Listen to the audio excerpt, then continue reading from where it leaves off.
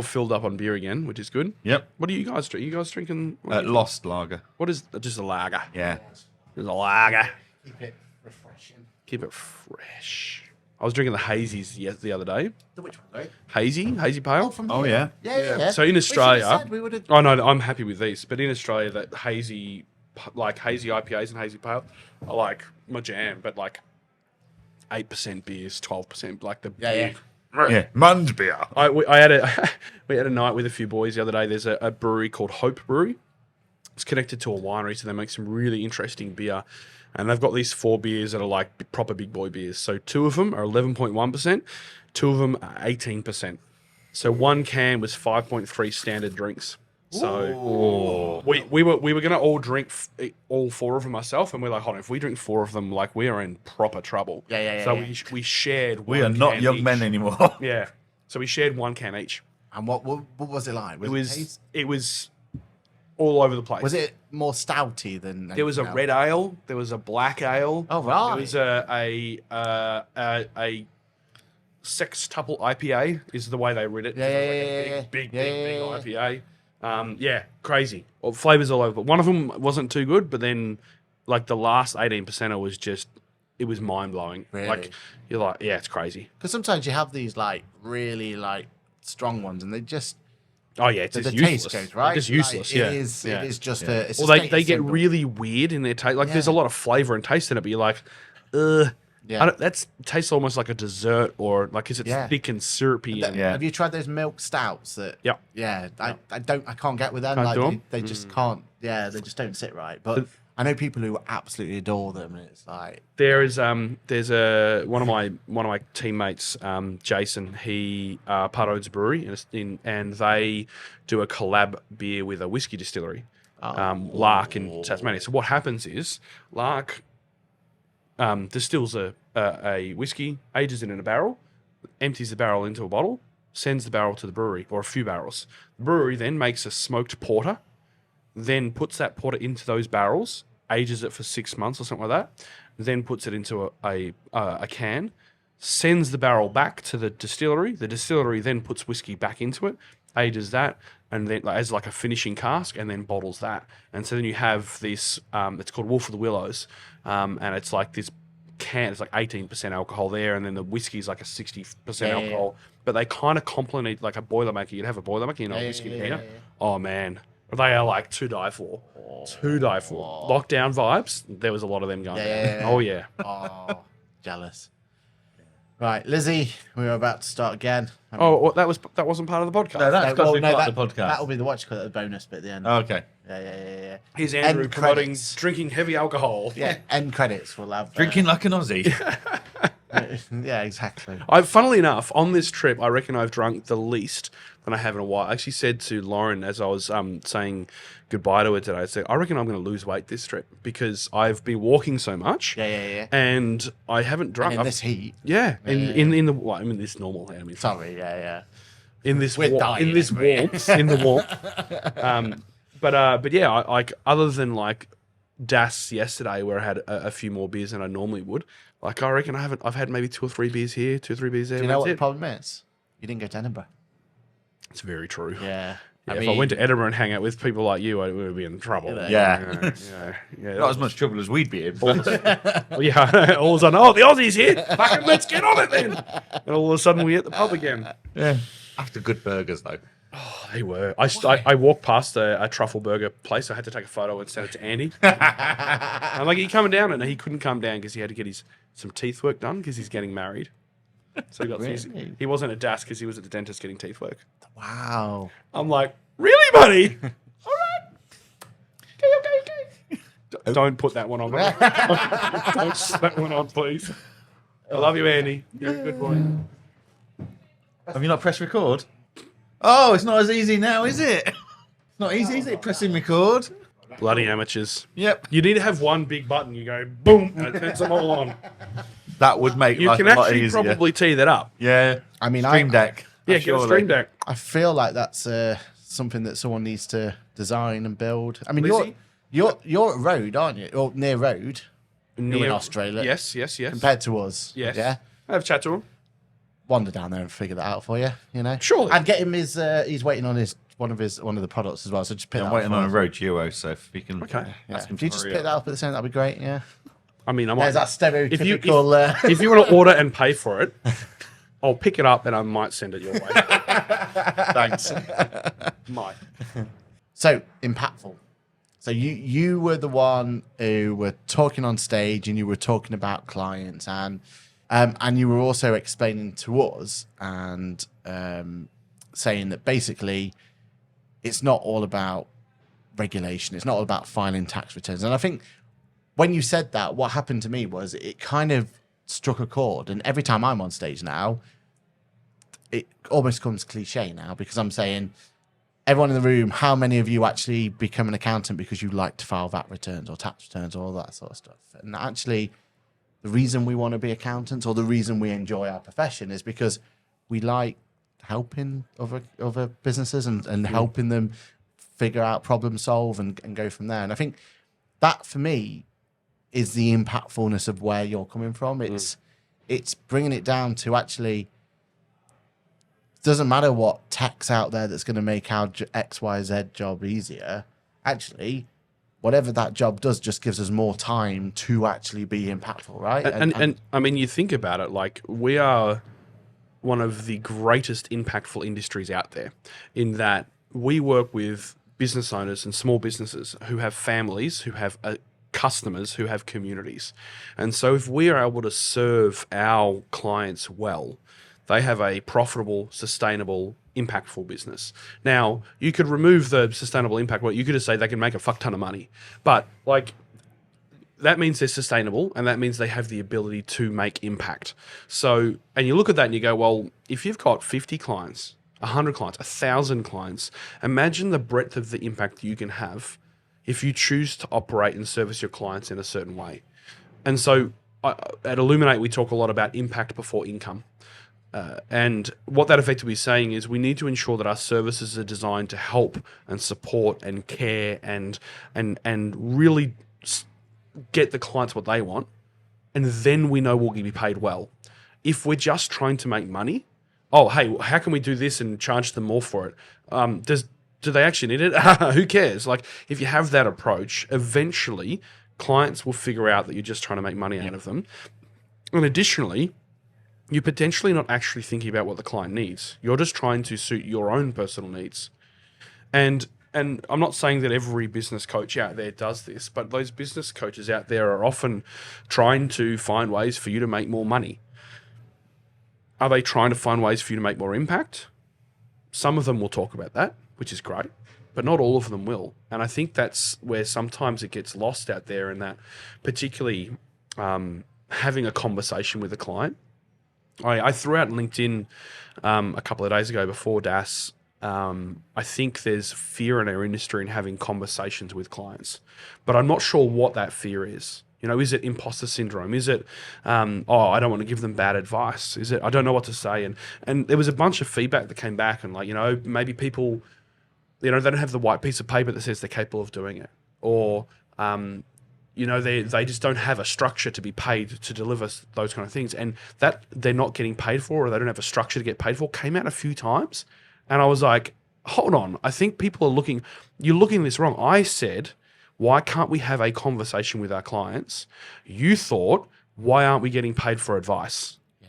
And I think as an industry, we're still forgetting the human element of having a conversation. Now, that's not to say we should sit down and have a chat for a few hours and not get paid for it, but that's just saying, like, when we're saying hello to our clients and we're about to talk about their tax, can we take a minute and just be like, how you doing? What's up? What's going on? Or if I pick up on something that they're saying, if they talk about their kids being unwell, if they're saying they have some struggles with something, or if you mention something and you can see that they respond in a way that's like, oh, hold on, something's going on there. How do we be comfortable to actually go where that conversation takes us? As opposed to, and you owe $10,000 to the tax department, and here's my bill for $1,000. Thank you very much. Catch you later. Oh, if you want to talk more about that, sign this proposal and give me another $1,000, and then I'll talk to you about it. And it's not saying we shouldn't be paid for that kind of stuff, but it's saying there's a way to go about it where clients think that we're clients know that we give a shit. Because if it's money first, conversation second, oh, you need to be paid before you'll help me, which is true. We should be. But the experience is totally backwards. And thus, our clients don't have the trust in us that we're actually acting with their best interest. You might remember something I said last year as well, is like, how do we ensure that our clients believe truly that we're operating in their best interests? And the statistics out there show that, like, I think it used to be 51% of people think that accountants act with low or very low ethics and honesty. And then post-pandemic, that number actually went to something like 65, 70%. So that says that people don't think we're operating with their best interest at heart. Or maybe they just think we're dodgy and claiming dodgy shit. But how do we change that? Because then that brings trust. That brings longevity of client. That brings more income to us because we have a more sustainable client who appreciates our services. And if we also happen to live in the community where these businesses are operating, our communities become better. We have better quality stores, better quality cafes, people who can afford to care for their family, care for their homes. And all of a sudden, our local communities become better because of that too. So as accountants, we're in such a unique spot to create so much impact. But sometimes we just worry about putting numbers in boxes and keeping people out of jail because that's what the tax man says we have to do. You know what? The shit I've been spouting for the last year, which I thought was original, I've just realised where I've learnt it from. It was that night in Edinburgh. Now you're like, oh, that's all right. I knew I'd heard it somewhere. I You just woke up in couldn't a remember. stupor somewhere. And it is that impact. So, like my firm, we operate on our advice is free. Yep. If you want us to implement it, that's going to cost you. That's an interesting model. Like, if you want to ask me questions about capital gains, right? I'll answer those questions. If you then go and file your own capital gains tax return, I don't care. I've given you the right information. Good luck getting it right, but yes. Yeah, good luck. Yep. But I've given you the right information, and I feel better about myself as a human than telling you, if you're not going to pay me to do it, go and see Google. Whereas, I want to make sure that they're at least going in the right direction. See, I wouldn't go that far, but that's ballsy from you. Like, if someone wants to do it, good luck to them. They know where we are to mop up after them. Yeah. Because it'll cost double. But realistically, they don't do that. But realistically, they don't, because they go, right, I now understand what you're going to do to my capital, but I want to make sure it's right. Can you please go? Like my parents-in-law, my mother-in-law, her dad passed away last year. They owned his house. They brought it from the council decades ago. So they rang and said, can you come round for a coffee? We need a hand with our capital gains tax return because we've sold the property. So, yeah, no problems. Went round, had a coffee, and they said, right, we've done the calculation. We've read the website. We think we're going to have a tax bill of like £10,000 each. I was like, yeah, you've completely misunderstood half of these rules. So I did the tax return there and then for them, logged in, got them all sorted out with government gateway. They're not the most tech-savvy people. Yep. And actually, their tax return, the tax bill each, was like $4,500. Yeah. Each. So you saved them. I saved them a fortune. Yeah. They brought me 2 steak meals because of it.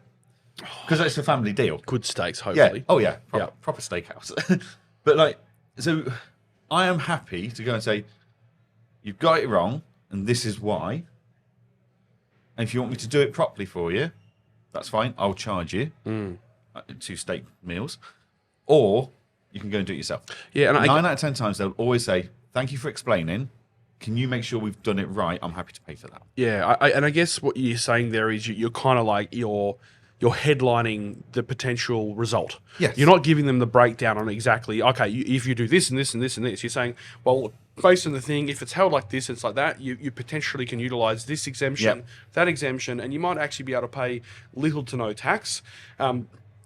Feel free to go follow it up if you want. If you want me to look after it, I can. Exactly. And so we would do something like that too, where we'd give the client confidence that we know what we're actually doing. Yeah, exactly. And we would only take on the work and be paid for it if we actually are going to add a benefit. So I'm not sat there crunching the numbers for them. I'm just saying you need to look at this, this, and this element. Like, when someone says, oh, can I claim this for my VAT return, or can I claim this on my personal tax return? I will happily say yes or no, free of charge. That's fine.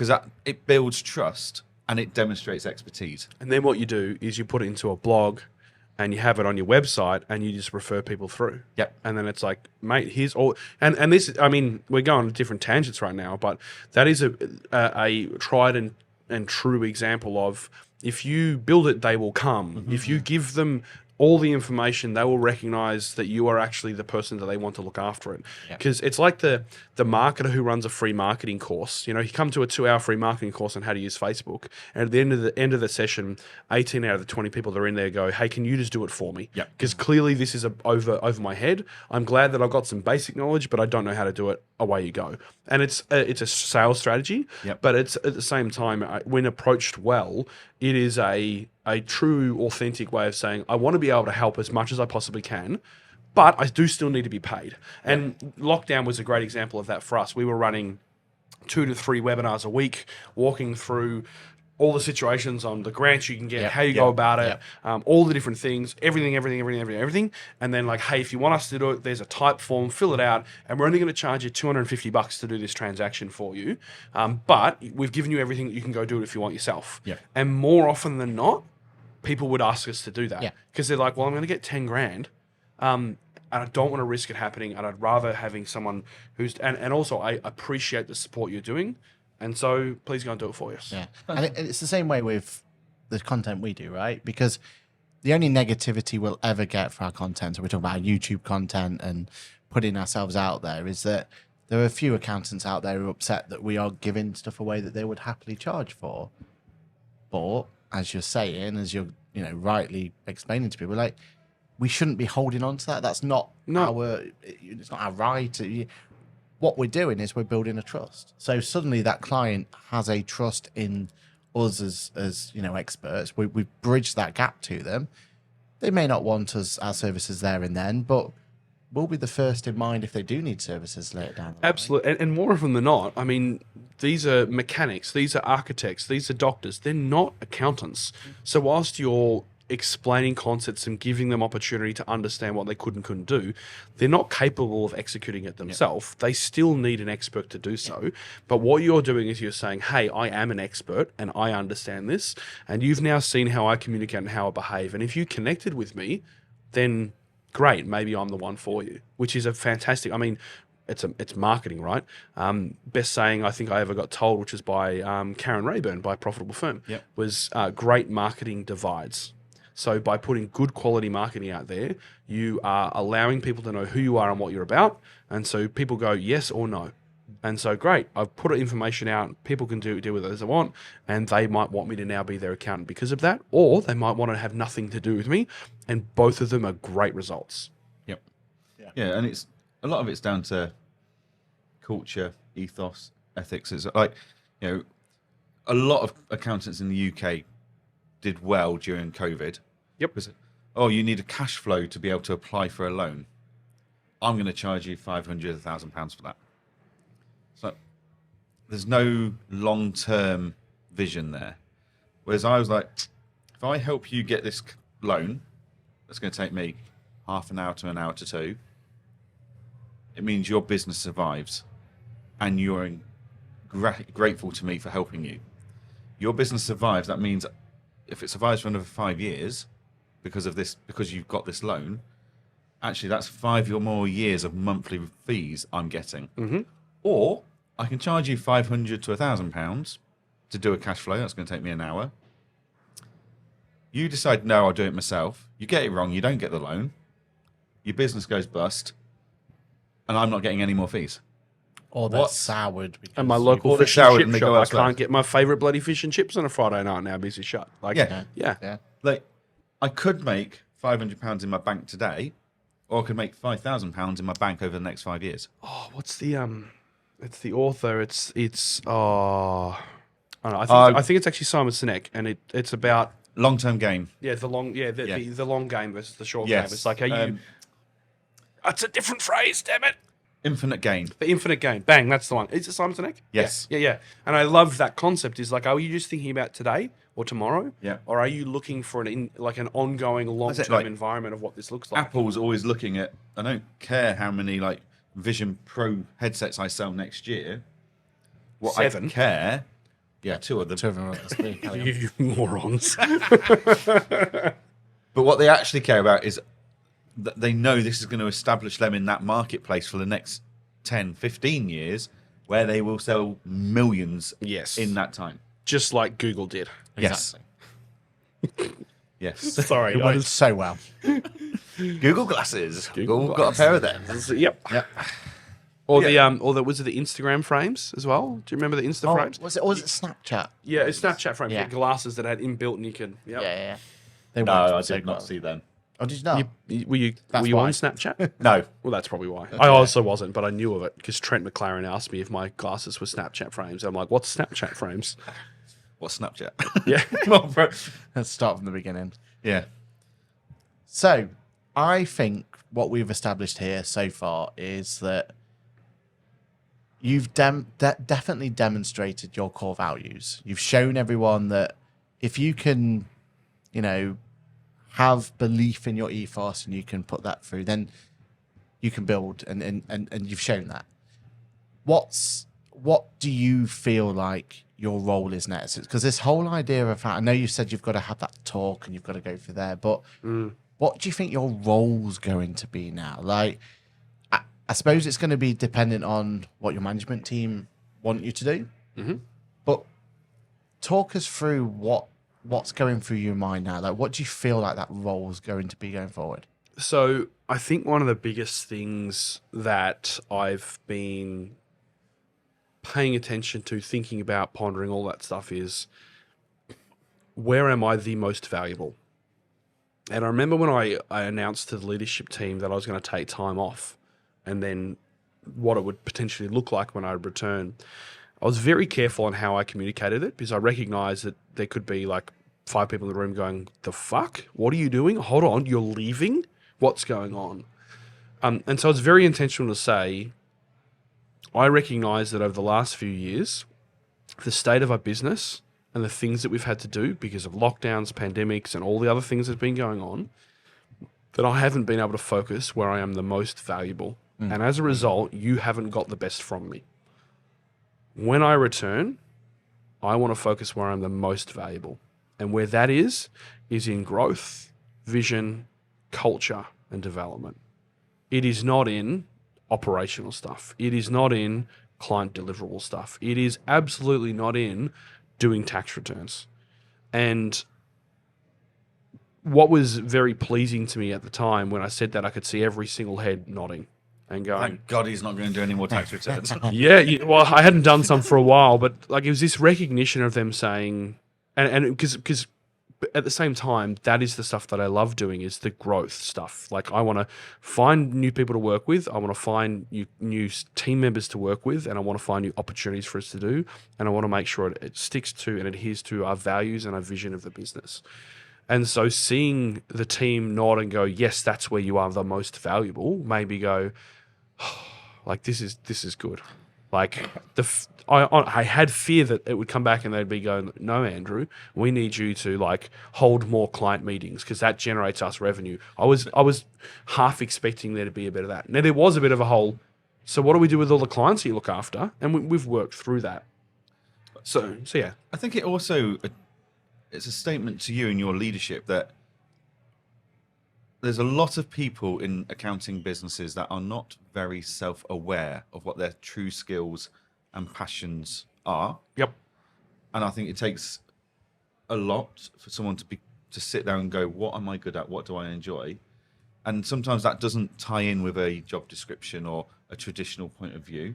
Yeah. But the fact that your team also recognizes and agrees with what you've assessed as your passions and skill set says a lot Yeah. It's about the courage, right? culture you've got. Yeah, 'cause it's courage, right? It's like, I know what's holding my firm back at the moment is that I'm too hands-on with everything. I know that. But I haven't got the courage yet to go, let's take a step back. Let's do what you're saying. Like, let's focus on what your skills are. And I feel like that's something everyone can take away from, because it sounds like the dream, right? It sounds like you're living this fantasy life, but ultimately you've got courage to go, right, actually, for the firm to progress further, better, do more impactful stuff, which is what you're all about, then you need to take a step back from the operation side. You need to take a step back from the client delivery side. And I think that is huge. I mean, yeah. Well, I mean, mate, in honor of the 10-year anniversary of the movie Frozen, let it go.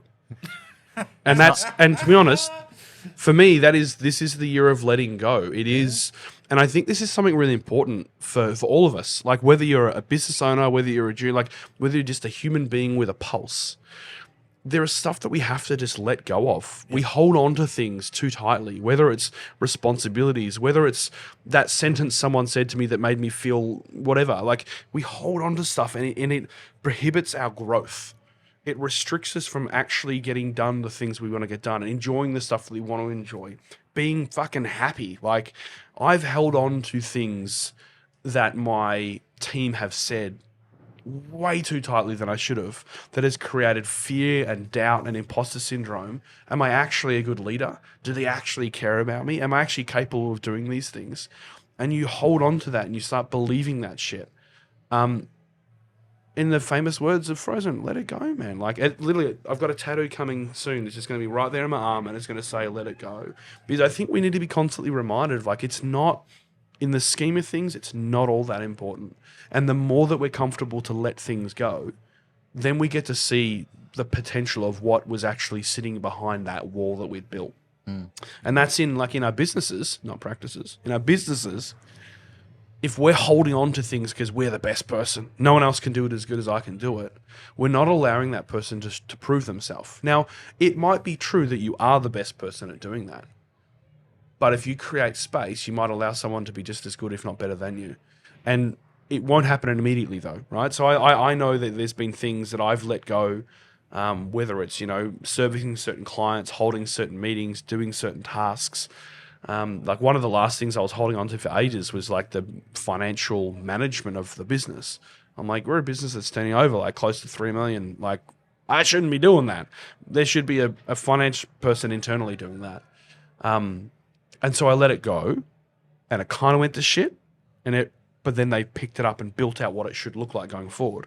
So you just have to be comfortable that things won't be what you want it to be initially. And your natural reaction is to go, oh, give it back to me. I'll fix it. Yeah. You're obviously not doing that, or get frustrated and get angry and start pointing the finger and going, geez, these people are bloody useless.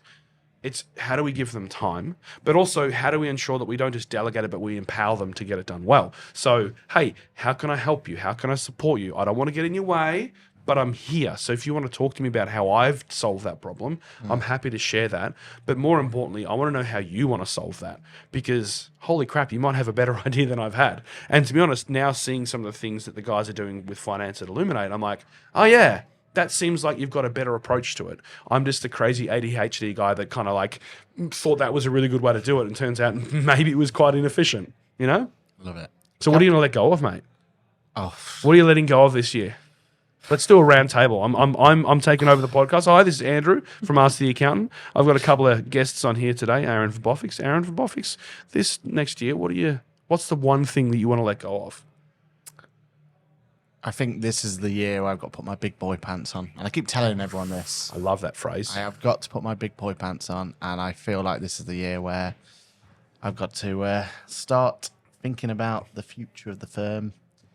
And we've already got plans in motion to look at an acquiring process. So, yeah, suddenly it's going to go from just me to a leadership team, and it's needed that for a while. So, I like that. Big boy pants time. So you are not going to let go of something. You're going to put on some big boy pants. Yeah, I've done it a long way, man. You're going to take the Speedos off and wear the slacks. Get that bikini off for once and actually, put it on. Right. So. Johann, what about you, mate? So just this is my friend Johann on Point Accounting Services. 6-12 months. What are you going to let go of, mate? I would argue I'm probably about 12 months ahead of Aaron. Like, I've got a leadership team. I've got a fantastic team around me. And I've been gradually letting go of different things for a while. But actually, it's the sales and I know I can convert better. That I need to let go. Now, that is painful to let go, because I'm also sat there thinking that every time they make a mistake, we lose a sale that I wouldn't have lost. So we're losing money here. But as you said earlier, the only way that they're going to learn is to by doing it, right? So, and by gaining the experience, because that's how I did it. I lost a lot of sales at the start because I was refining my own approach. Yep. I mean, the guys have got a much better tool set than I ever had when I started out. Like, they've got guidance, my coaching and mentoring to help them get better at it quicker. And you can build out systems, processes, tools, resources to empower them to do well. Because if you simply go, right, I just won't do sales anymore, you do it, like you're setting them up to fail. Yeah. It's like, I look forward on watching you burn. But if you can build that, like, hey, I've got everything you need. Yeah. So then if they do fail, you can have hopefully a really healthy, positive conversation around that. And if they continue to, you can very clearly say, you're not suited to this kind of a thing. Yeah. You've given them every opportunity. Exactly. But the beauty is, though, you will have already made X, Y, Z mistakes. You've hopefully been able to see that, you know what, if I tweak the system here or I do something, you've gone through most of those pain points. Yeah. And I feel like that's where we thrive, right? Like we have that opportunity that when we're letting someone else take the reins, we can go, you're going to probably encounter this problem or you're probably going to encounter that problem. And we didn't get that when we were building that system. So yeah, it should be an opportunity to let that person thrive at the end of the day. And I think that's what's exciting. Yeah. Like, you know, one of my passions in my business has always been finding the latest tech and the latest software or processes. We've just been told we do not like tech stacks in this. No, we love tech stacks. We love to it. empower people to make an impact in their community, we need a good tech stack. So I like to look at that stuff. Yeah. Now, I've got a young lad in my firm. He's been with us for a year now, so I was having a bit of an informal chat with him and like, how are you getting on? If you got an interest you want to go and focus on? He was really unsure.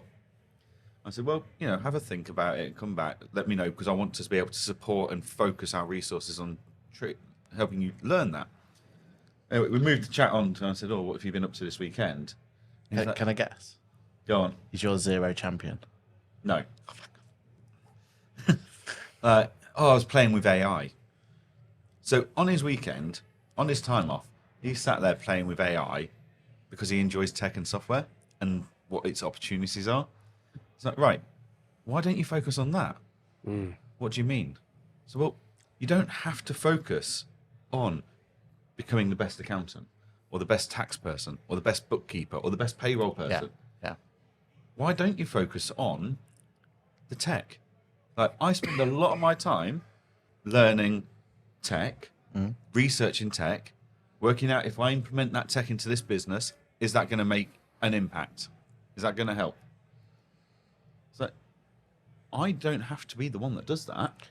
And also for He's him, passionate about it. He can do that. yeah, and with him being in the trenches and he's the one, you know, with XYZ problem, then actually him finding a solution, a problem. He's got a true understanding of a solution. It's going to impact a lot more of the team. Yeah, 3 years ago, I was in the trenches and I had that understanding of the pain point and what the tech solution could do. Now I'm going around conferences going, that sounds like it could solve the problem the guys were mentioning in last week's team meeting, but I've not undergone the pain myself.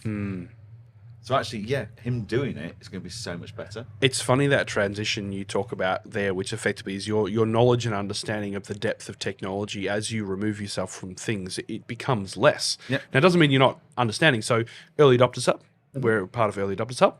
And that is like early innovation, accounting technology and exposure. And I've spent a lot of time with them kind of working on that stuff. And I've realized that like, in terms of assessing technology for its merits as tech, I'm not good at that because I don't spend enough time in that space. Yep. But in terms of understanding the value of technology, the importance of what it could do for a client's well-being, in terms of how it fits within, you know, a firm approach, in terms of how you might want to communicate to the accounting market and those things, it's different. So now your perspective on something is different. So as you have a different type of perspective, you can't not have the understanding of the tech stuff. Yep. So you have to find someone to fill that gap. Otherwise, you just have a void then. Yeah. Or you're the one that's having to do it and you're not connected deep enough to it and you're making bad decisions as a result. Exactly. So for years, and by years I mean for at least 6 years, I've been saying everyone needs a Shane. So Shane is one of the team members at ILLUMIN8. He's one of our equity team members, and he's effectively like head of operations, head of tech is the kind of way I describe what he does. And for years, we've just encouraged him to pursue the technology stuff that we do, whether it's building automated spreadsheets for stuff that we need to do or implementing cloud-based technology. We've really encouraged him to kind of pursue that because he's in the trenches and he's a nerd. And I say that in a polite way. He's fit as anything. We all need nerds. An amazing human. Yeah. But he gets that stuff. Whereas I was always great with technology, but I was never at that nerd level where I truly understood it. So everyone needs a Shane or a whatever your bloke's name is, or everyone needs someone in their firm that truly is paying attention to technology. It's not the differentiator from an external perspective, but it can be a huge impact internally on efficiency. It can be a huge impact on your staff team well-being, like them actually enjoying their job. Oh, this chunky piece of shit that we have to keep using, I hate it. Oh, great, now I get to use something that's more enjoyable. Oh, we've built something. It's fun and it's exciting. So, yeah, that's so important as we, as business owners, have less and less realistic understanding of how things work to make sure that we're filling that gap and not assuming that it has to be us still. Yeah, definitely. I think we can't leave this, and we've only got time for one or two, haven't we? But we can't leave this to learn more about the whiskey bar.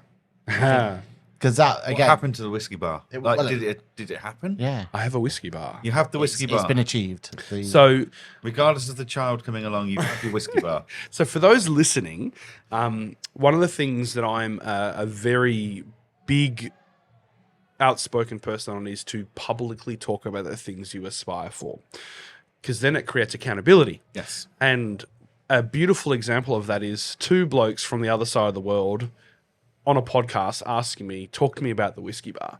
Like, you wouldn't have known that if I didn't talk about that stuff. I would often introduce myself on stage as a way of relating to people about what I do for a career, but also then what I hope and dream for. And it was, one day I want to have a whiskey bar. And so we have one. And I kind of say kinda, because what we did is a couple of years ago, we bought a very large factory, which was way too big for what our business needed, but it was kind of, from a price point, it made sense to. And so ILLUMIN8's fit out is upstairs, and then downstairs is big co-working space, bunch of studios, bunch of desks, fully podcast recording space. So if you're ever in Australia, you come record with us. An event space and a whiskey bar. So we now have built our own on-site whiskey bar. And when I say kinda, it's not a licensed whiskey bar. Now, we might have to go through getting licensing because the council is causing us some grief with just trying to hold events. We're not allowed to hold events, but we can be a bar. Blows my mind. So we have one. So there's 50 odd whiskeys on the shelf. There's a couple of taps of beer that we can pour whenever we want. There's a fridge full of wine and soft drink and whatnot for whoever. And it's just it's one of those things that you look back on and go, wow, like I always pictured what it would look like, and I knew it was never going to be like that. But like we have one. And our tenants at the co-working space, which is called the Rumble, can appreciate and enjoy that. ILLUMIN8 team can enjoy that. Our clients can pop on in there. We hold parties every year, and we do dumb things like have tattoo artists doing free tattoos all night long and all that kind of stuff. But now we have that thing that we set out for and we said we wanted to have, and we can kick back and say, yeah, like we put our money where our mouth was. We were held accountable. We communicated over and over again. And we got it done. And yeah, it's not a public whiskey bar yet, but it didn't have to be. It was an aspiration of saying there are things in life that make me happy, and whiskey is one of those things. And for me, whiskey, it's not drinking a shit ton of whiskey and getting in trouble. It's the experience of communal collection with people. Yeah. Hey, what do you think about this? Oh, that's really interesting, and the stuff you learn from that. And for some people, that's wine or food or music or whatever. But for me, it falls into the whiskey space. So, yeah, man, we got a whiskey bar. So like, when you come on over, I'll hit you up. I'll give you a nip. I love it, and I think that's from everyone. I think more of a thank you. Because what that says is like, you had your dream, your aspiration, and yeah, it's cool, right? Own a whiskey bar. Just bloody do it. But actually for you, you've gone, I've owned my whiskey bar, now hold my beer, and now it's the next step, and you're evolving, and you've openly admitted that you've not done learning. Like most people, I would assume at your status of what you've got would go, I'm done. That's the thing. But you're openly. That was actually probably the hardest point. So we had a leadership retreat about 12 months ago. Not quite 12 months ago. It would have been in July. And at that leadership retreat, we talked about our personal 5-year aspiration goal in life. And I really struggled for 2 reasons. Reason number 1 was, well, everything I've been talking about lately has been a whiskey bar and allowing people to come into ownership at Illumin8, as well as some family stuff and house stuff, which we've achieved. So like the whiskey bar's there. I've got 4 people that are in equity at the business, and the family and house stuff's there. So I struggled to actually articulate what my goal was for the next 5 years, because I'm like, I didn't think I'd be at this point in this stage of life. I mean, I'm 37. I started Illumin8 when I was 26. So like, I kind of did a bunch of stuff that you kind of would normally only start doing at this stage of my life. I did it over the last 10 years. The second reason why it was really hard to talk about the next 5 years was because the day before I found out we were pregnant with our 3rd child. So you can imagine what it's like where your mind all of a sudden is all over the place. And it's like, so Andrew, tell us about your next 5 years. And I was a mess. I for the first time in my life, flat out lied to a room full of people because I couldn't tell them that we're having a kid. So I was just like, oh, well, I want to, this or that. It was so bad. Like, and I've told this story a number of times, but that 2-day leadership retreat, particularly that day 1, was probably the worst day at Illumin8 I can ever recall.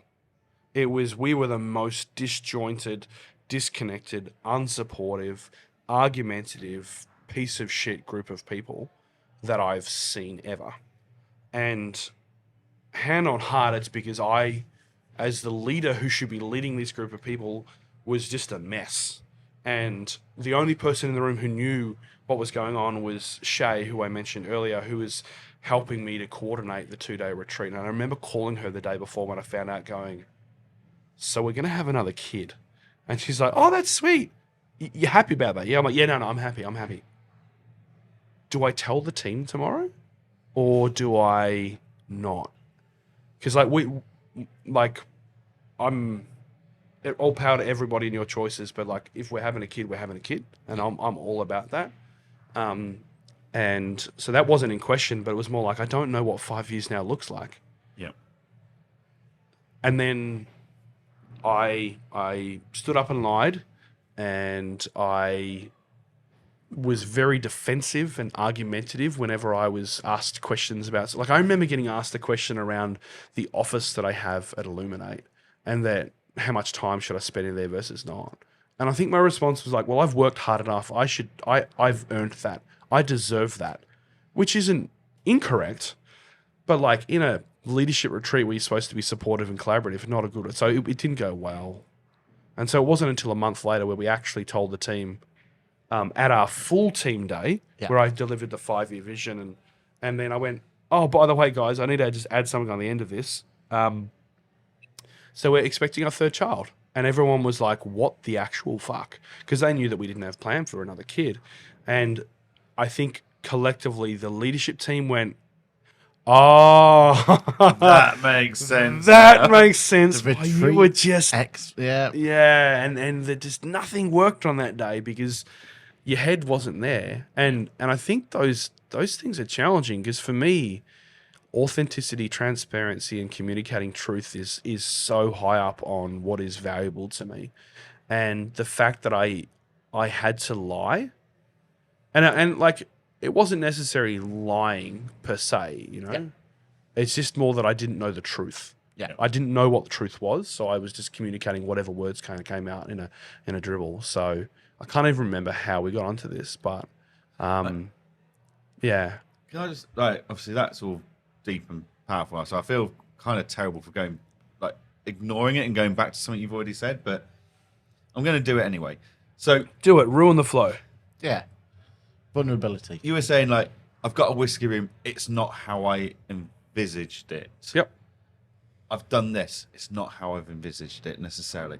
But I think there's such an important point there that we all have dreams and goals, but it won't always look how you envisage it. Oh, you get beat up if you think it has to be what exactly how you saw. Like my vision was a basement whiskey bar that had then a walkway through with some bathrooms, and the other side was a dumpling bar, and that they would kind of service either you'd sit in this cool ass whiskey bar, you sit in this cool ass dumpling bar, and it'd be sweet and it'd be amazing, it'd be really cool. And you know what? Maybe one day that will still happen. Yeah.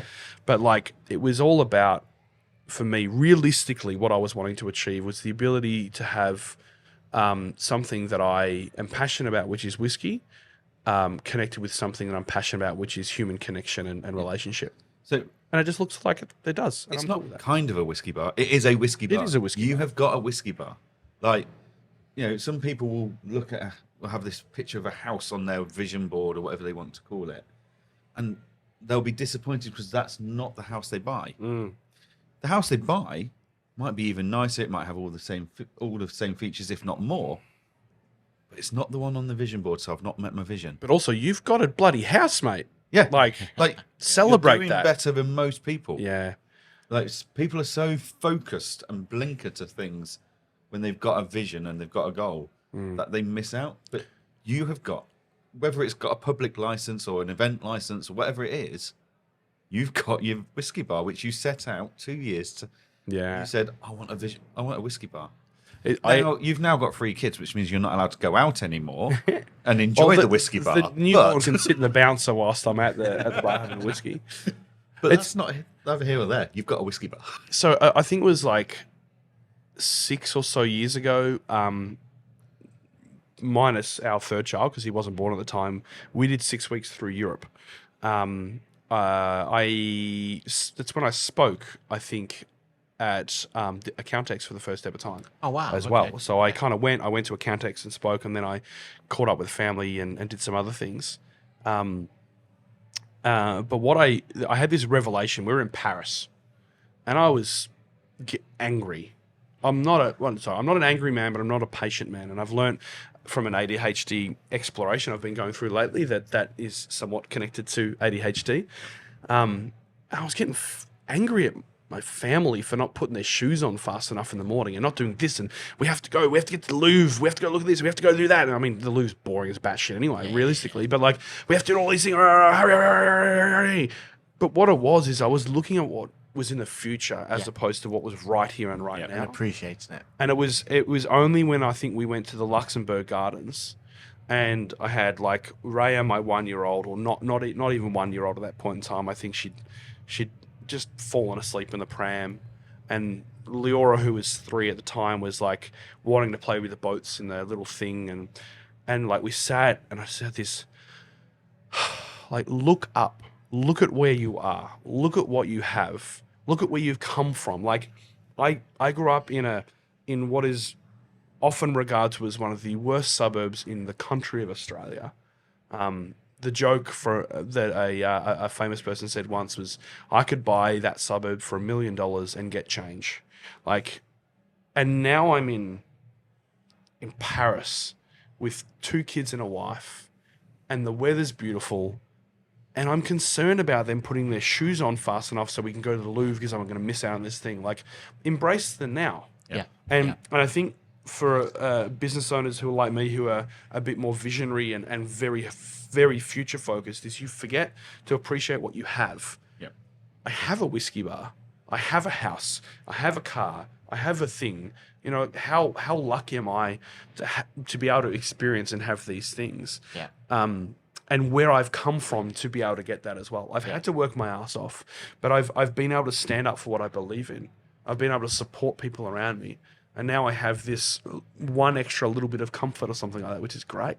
And I think if you appreciate now as well, you'll support your team better, because one of the things I know a lot of accountants are doing at the moment is they're almost promising that golden goose. It's like, Yeah. you stay with me instead of going to the top 4 or whatever the career aspirations could be. You stay with me and, you know, you'll be golden going forward. But if you appreciate now, then it may not be financially, you can give them whatever they need, but maybe you can work with them a little bit more. I know you talk a lot about like supporting the team and figuring out what they need and what they want, and actually asking that question, which Well, it's using the 5 love languages for how people feel appreciated. You know, Yeah. Is it time? Is it gifts? Is it acts of service? Is it, what is it? Those things that they feel appreciated. But it is. So like I kind of liken that to now. Like I need to be respectful of the past. I need to understand and appreciate the present, but I need to have a vision for the future. But how do I do that at the same time? And that's the hard part, because the hard part for me is like, I might be thinking right now, and to be honest, I was talking to someone this morning about it. Are you coming back next year? Are you going to come and speak next year? And I'm like, yeah, look, I'd really like to. Like, I feel like I've got a lot to share, and I'd really love to do that, and that'd be really important, and why not? But like, that's next year. yeah. And if all I'm thinking about is next year, I'm not worrying about the fact that I'm sitting down with a couple of awesome humans having a chat about what we do. I'm thinking about next year. And so all of a sudden I'm going to behave like I want what next year. And I'm going to start selling shit. I'm going to start being greasy and gross. But if I can appreciate where I am and where I've come from, then it gives me balance in how I approach my life. I'm always got an ear open for opportunity. And if someone says, hey, would like you to come and speak, or hey, it'd be great if you could mentor me, or hey, like, can we get you involved in this thing? I can be open for those conversations, but I have to appreciate where I am now and what I'm actually going through before I start taking advantage of future things that might actually cause me grief. Love it. Wow. I mean, we were excited about you coming on and being our cool friend. And we knew you were going to be the coolest of cool friends, but wow. So thank you so much for your time, giving us some honesty, opening up, being raw. The value you've shared with not only us, but with our listeners. I mean, sometimes you come across like a podcast episode or a book. So there's a book I listened to 6 years ago, Big Ideas for Small Businesses, from a guy called John Lamberton. What a name. Yeah, from south of England. Like, I listen to his book every year because I still go through it and I need to refocus on that. I've not looked at that recently. And a lot of the stuff you've said tonight, I'm sat there going, if I had one wish from last year when you were touring, is we had a recording of that session, because there was so much in that session, content and value-wise, that I wish I could listen back to. But I think in the last 2 hours of recording, you've decanted a lot of that value again. So regardless of what our listeners will be doing, this is something one of the episodes I would be listening back to regularly and just picking out the value every time and revisiting it and reminding myself I need to refocus on that. And if you want to listen to the second best accounting podcast, obviously yours is the best. I was about to say plug time. You can have a listen to the Ali and Andrew's All Aussie Accounting Adventures. So I run 2 different podcasts. One, Ali and Andrew's All Aussie Accounting Adventures, is our stories. Ali Garrett, who runs All In Advisory in Australia, Adelaide, she's an absolute amazing human. I always joke about that she's old because she's like 10, 12 years older than me, but her body clock is way earlier than mine. She's fit and healthy. But we talk about the world of accounting through the business owner's eyes. We go into detail how we price things, how we market things, how we deal with HR and people. If you want to listen to an episode that will ruin you, listen to the one called Farewell Andrew, which is me really unpacking my decision to step away from ILLUMIN8, but also unpacking that day of the 5-year vision and where I was at and what I went through and how I felt. So have a listen to that as well as the other stuff too. A second podcast that we run, I don't actually speak on it other than maybe a bit of promo stuff here and there. It's the All Aussie Accounting Adventures Tech Edition. And on that we've got Jack Teal, who's the Australian representative from Early Adopters Hub, and Amy Holdsworth, who runs Clarity Street in Australia, which is an accounting tech and change implementer. Those two are possibly the wisest, most knowledgeable people in the accounting tech space that I know. And they share openly some incredible stuff, like a recent episode on, all-in-one or best in class. They did a deep dive into, documentation for accounting tech. So like the amazing stuff. So have a listen to those podcasts. You'll only hear me talk dumb promo stuff on the tech one, but you'll probably get more value out of it in terms of tech. But if you want to like learn about how Ali and I go about running our businesses and the challenges that we face, and as well as hear really bad dad jokes. That's Ali and Andrew's All Aussie Accounting Adventures. I love it. And final plug, where can people find you? Is it LinkedIn, Instagram? Go for it. I'd say the two best places to find me, or three best places, other than the podcast. The best places would be via LinkedIn. Andrew Van De Beek is me. I've got a website, andrewvandebeek.com.au, and you can reach out and say, hey, I'd like to have a chat. If you'd like to, I don't know, spend some time with me one-on-one and get a bit of support in your journey, or whether you're a tech company out there and you want a bit of perspective, or whether you're simply running a conference and you think some of the dumb shit that I talk about could be valuable, hit me up. I'd love it. And yeah, other than that, let's just be mates. And I just like, I'm continually dumbfounded by how openly generous and amazing this industry actually can be when you actually step properly into it. And that's been the last 5 or 6 years for me, is really leaning into the potential of this industry and what us as individuals and professionals can actually do. And then the value you get back out of that is just redonkulous. So thanks guys for having me on. It's been real. I honestly think we could talk for another hour or two, and we probably will, but off the air, and we'll go from there. Definitely. Thank you. I mean, yeah, bucket list for us, right? This was one of the reasons we wanted to start a podcast, was get cool friends, and like I said already, like the coolest cool friends. So Maybe we'll do a 6-month check-in or something like that. That could be fun. We'll When it. you come to Australia. Yeah. Of course, yeah, we'll come on talk. Just to see Road. No, Yes. to see you as well. So that's it. That has been Ask the Accountants. We have cool friends. As I said, the coolest cool friends. And Peter Crouch, we beat you to the venue, and I think we beat you to the best guest that could be as well. I think, completely agree. yeah, you've outdone Peter Crouch podcast. So Love well that. done. So, as always, if you want to listen to more of us talking, then you can find us on 8:30 a.m. every single Monday morning, where we'll be live to the nation, talking about everything to do with the world of accountancy. And as Andrew says, make sure you get yourself subscribed to his podcast. And as always, we'll see you soon. Bye for now.